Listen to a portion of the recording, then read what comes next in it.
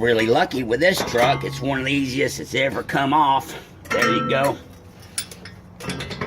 Pull that full-time spline hub off, which is, it's just one piece. You just slide it on, and that's all there is to it. So here we go. Of course, make sure your ABS wire's up on the top. You don't want to repeat this a couple of damn times like an idiot. So here we go. Slides right on. Get her started right there.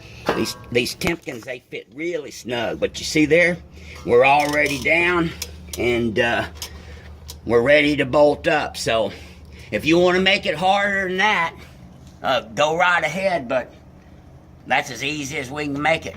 If you all you gotta do is slide one off, slide one on, and shoot, it's rock and roll. All the rest is up to you. God bless you. God bless America, and happy Dodge ramming.